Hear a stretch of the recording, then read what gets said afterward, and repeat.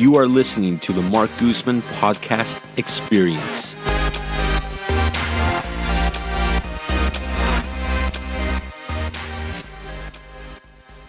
Told someone that I live in Richmond, and they're like, "Oh, you dodge bullets out there."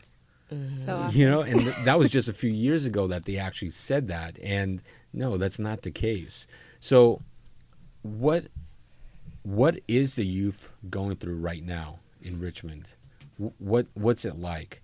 And then how when they come to the Ryse Center, how are they getting helped to deal with these various issues? I mean, I think it's a mix. I think that what folks say about Richmond, it's split, right? Because we do experience gun violence. We are experiencing, just an array of different issues. But that doesn't mean that that's all Richmond is. And I think that that's what all of us are grappling with and struggling with. So when our young folks come in and say, like, I know that I love my city and I know that I'm not out here doing all of these things, but that's all that's being portrayed. So I think one is like, who's getting to tell these stories? And do they even live in the city? Are they from here? And, I think especially growing up here and, going to UC Santa Cruz, going all these places, people don't even step foot in Richmond before they say these types of things.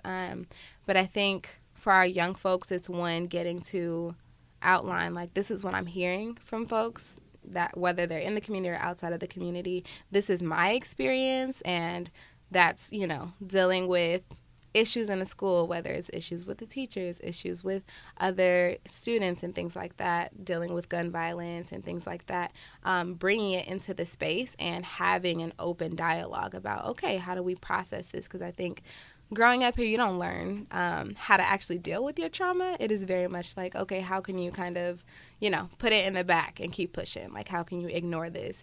And that narrative of, like, you got to go to college to get out of this space, right? Mm-hmm. I think really exposing all of that and really being in dialogue about, like, you have other avenues, and it doesn't mean that you have to leave this place for you to experience better or for this to become better, which I think is really tied into, like, what does it mean to belong in Richmond? But I think after we get to dialogue, we get to create the art. We get to create whatever type of space they need in order to then share their stories, and really learn healthier ways to process, so that they can become who they need to be to take over these different structures and these different systems within Richmond. Is a narrative or the idea that you have to go to college, does that seem to be like a lot of high pressure for the youth, to where they feel like, okay, it's either this or college, there's no in between, or there's no other options?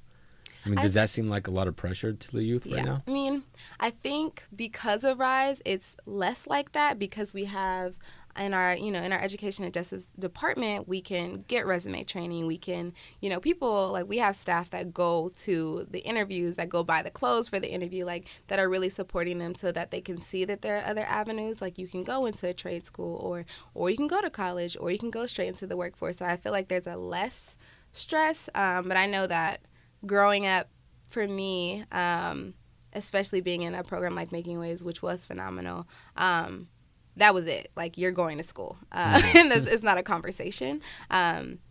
We start in 5th grade.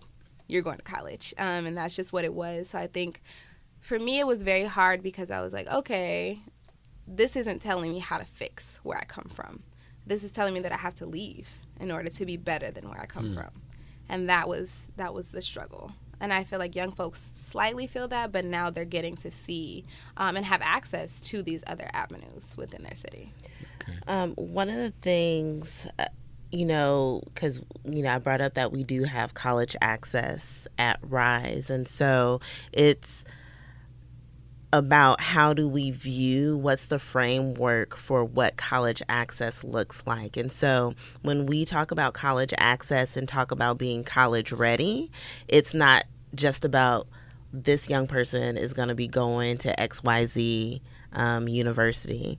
It's about how are we preparing this young person to be college ready, and when it's time for them to decide what they want to do with their lives and what directions they want to go, they can choose whatever path they want to go in. So whether it's going to a 4-year, or like Cece said, whether it's going to a trade school, whether it's starting your own business, but it's about creating options and letting young people know that they have these options. And I think, that is a huge pressure for young people. It's kind of, you only have a couple of options that you can go down. And so what we're about is that, your options are unlimited. And so we want to be able to support you and provide ways for you to dream and think about, what all is out there. And so that's why we try to provide as many opportunities as possible so that young people are exposed to different things. That's great, because if you don't know, you don't know. Mm-hmm. Right. And if you grow up in a household that doesn't know either, because they probably grew up, nope, you go to college as soon as you get out, or that mentality of, no, you need to go to college because that's your way out, Mm-hmm. then, but I like the whole different mentality change. Why do I have to go? Why can't I just stay here, and here are my options, and here's what I can do with my life and what I want to do with my life, right? So it's just completely different mindset. And what you're doing is simply just giving them the tools and showing them, hey, there's a lot more options available out there instead of what you think are the only options. Exactly. So let's thank you for listening to this podcast short. For more podcast content, be sure to subscribe to all of our podcast channels on YouTube, iTunes, iHeartRadio, Spotify, Libsyn, Castbox, Podbean, and literally anywhere else you listen to podcasts.